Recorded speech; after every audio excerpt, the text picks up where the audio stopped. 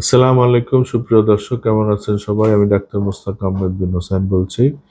আজ আমি আলোচনা করব রমজান মাস, রহমত, বরকত, ফজিলতের মাস এবং সিয়াম সাধনার মাস।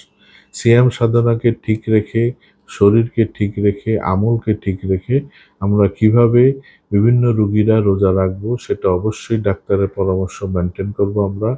যে যাই বলে বা বাজারে বিভিন্ন রকম বা আমরা ফেসবুকে আর সোশ্যাল মিডিয়ায় বিভিন্ন রকম ইনস্ট্রাকশন দেখি, আমরা সেটা বুঝে মানার চেষ্টা করব।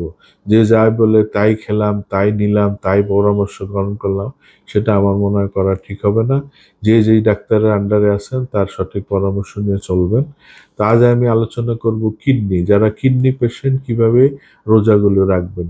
কিডনি রোগীদের, বিশেষ করে CKD patient, chronic kidney disease এবং যাদের স্টেজ 3, 4 এই অবস্থা থাকে, কিডনি ফাংশন কম করে, কিডনি নিয়ে খুব বিপদে আছে, তাদের কিন্তু রোজা রাখাটা আমার হিসেবে, আমি যদিও আলেম না, আমার হিসেবে তাদের রোজা রাখাটা মানে শরীরের সাথে মানানসই হলে রাখবেন।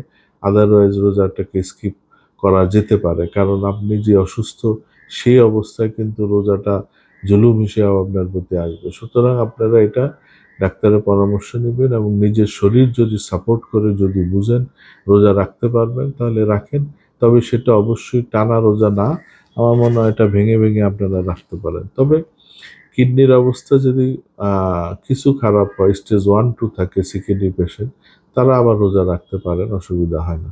তবে সমস্যা হলো, যেমন রোজা রাখার পরে আমরা যে খাবারগুলো খাবো সেই খাবারগুলোর ব্যাপারে আমরা খুব অ্যালার্ট থাকবো। যেমন কিডনি পেশেন্টদের বহু খাবার নিষেধ, যেমন কোনো ডাল জাতীয় খাবার, এই যে আমরা ভেষজ জাতীয় খাবার খাই, তারপরে ছোলা, বিভিন্ন রকম ফল, সবই তো কিডনি পেশেন্টদের নিষেধ। এই জন্য কিডনি রোগীরা অবশ্যই অবশ্যই রোজা রাখলে এই খাবারগুলোর প্রতি খেয়াল করবেন এবং পানীয় যে খুব বেশি খেতে পারবেন, শরবত জাতীয় জিনিস, জুস, এগুলিও আপনাদের খাওয়ার ব্যাপারে রেস্ট্রিকশন আছে, সেই ব্যাপারেও আপনারা খেয়াল করবেন, পরামর্শ নেবেন, বুঝে খাবেন। তো কিডনি রোগীরা নর্মালি দেখা যায় যে যাদের কিডনি কাজ করে, কিডনি উইক হয়ে যায় এবং শরীরে আস্তে আস্তে বিভিন্ন রকম হয়তো পানি জমে অথবা হিমোগ্লোবিন লেভেল কমে যায়, ইজিএফআরটা কমে যায়। এই ক্ষেত্রে এই ধরনের পেশেন্টগুলো অবশ্যই ডাক্তারের পরামর্শ তো নিবেনই, তারপরেও আপনারা নিজেরা খেয়াল করে করে যেই খাবারটা আপনার জন্য হার্মফুল, যে খাবারটা নিষেধ, সেই খাবারগুলো বেছে চলবেন। এবং যে খাবারগুলো শরীরের জন্য এনার্জেটিক, আপনি শরীরকে এনার্জি বুস্ট করবে এবং রোজা রাখতে পারবেন, ভালো থাকবেন, ব্রেনকে ভালো রাখবেন, সেই খাবারগুলো আপনারা খেতে পারেন।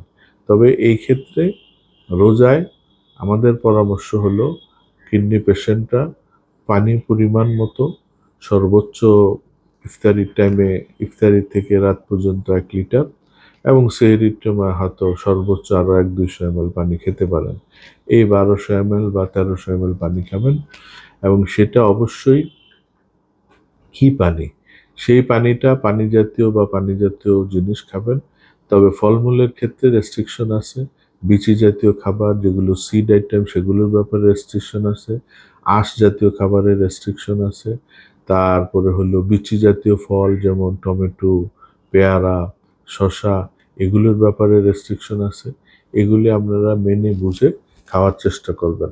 আর রাত্রিবেলা যখন আপনি সাহারি খাবেন, সাহারিতে আপনি কিডনি পেশেন্টদের দুধ খাওয়াও নিষেধ।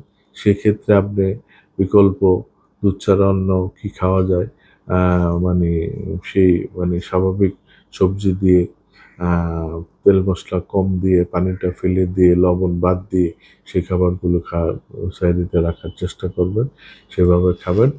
আর নর্মালি যাদের কিডনি স্টোন বা কিডনি একটু সমস্যা, তাদের কোনো নিষেধ নাই, তারা অ্যাজ ইউজুয়াল সব খাবারই খাবেন। তাতে এবং বরঞ্চ যাদের কিডনি স্টোন থাকে তাদের পানি একটু বেশি খাওয়া উচিত। পানি জাতীয় খাবার, ফলমূল বেশি খেলে কোনো সমস্যা নেই, বেশি খাবেন। এবং এবং তারা ওই যে দেখা যায় পাথর থাকলে একটু জগিং করবেন ইফতারির পরে। ইফতারির পরে কিছুক্ষণ রেস্ট নিয়ে, যারা হাঁটার অভ্যাস বা সকালে মর্নিং ওয়াক করেন, তারা সকালে হাঁটতে পারেন না, তারা আপনারা প্রত্যেকের ইফতারির পরে 1 ঘন্টা রেস্ট নিয়ে আপনি আধা ঘন্টা 40 মিনিট হাঁটেন, এরপরে আপনি ওই যে এশার নামাজ বা তারাবির নামাজ পড়েন, সেটা কোনো সমস্যা নেই। এবং তারাবি 20 রাকাত, 20 রাকাত অনেকে আমরা কষ্ট করে পড়ি। যদি সম্ভব হয় না হয় একেবারে, তাহলে আমরা অন্তত 8 রাকাত 10 রাকাত পড়ার চেষ্টা করি, যতটুকু আমাদের সম্ভব শরীরে কুলায় সেভাবে আমরা আমলগুলি করার চেষ্টা করব। তো এই হলো কিডনি পেশেন্টদের মোটামুটি ফর্মুলা, নিয়ম কানুন। আপনারা মেনে চলার চেষ্টা করবেন। রোজাগুলি সবার ভালো কাটুক, ভালো থাকেন। আসসালামু আলাইকুম।